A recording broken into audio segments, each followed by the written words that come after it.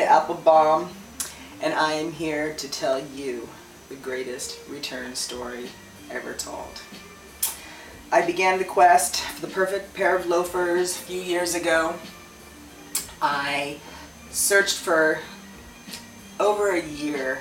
I found one pair I really liked, brought them home, really liked them, showed them to two of my besties, and they both were like, those are mommy shoes. And I said, oh. So those went back, and I continued the quest for the perfect loafer, and then I found these. These were the perfect fit. They were so comfortable. They were European, so they were made a little wider, and I liked kind of the style while it still being a nice flat.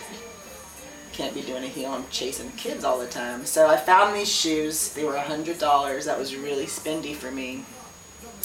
But I invested in them because my previous pair of loafers I'd paid about $100 for. They were that brand Naut, N-A-U-T.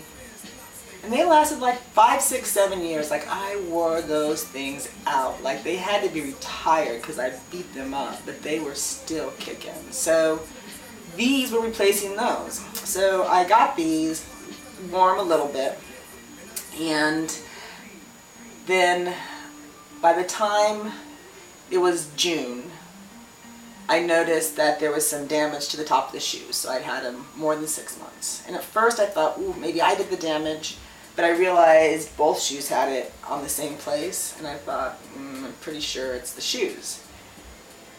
Then summer came and went, and so the shoes just got put away, and I forgot about the whole thing. And I pulled them back out to go to Europe to wear them for our trip, and they looked pretty bad. Like, there was actually, it was noticeable damage. So I took the shoes anyway and wore them just because I didn't have anything else.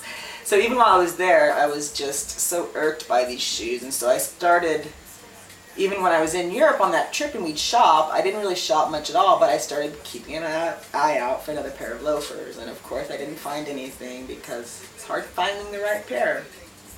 So don't find them, come home, and kind of just, it's one of those situations where it's bothering me, but I'm not really sure how to proceed. I don't really feel like I've got much of a leg to stand on, which is why I hadn't said anything. I don't really know where the receipt is, and it just got to be one of those things that just seemed like it was too much trouble. So December comes, and it's like 2 days after Christmas, and I go back to return some yoga clothes from Mr. Applebaum.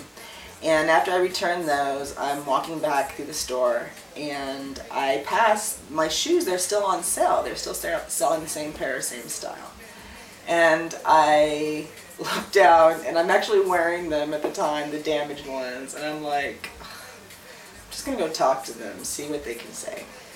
So I go and stand, and one woman tells me to stand in this line, so I stand in that line, and that gets me nowhere. I stand in another line, that gets me nowhere. Like, it's one of those situations where I could have just gone icky and left, or I could have been kind of crabby when I dealt with people, which wouldn't have gotten me anywhere. But I stayed really patient and just kept reminding myself I was choosing to do this business transaction the day after Christmas, which is a crazy busy shopping day. So stayed in the Zen place.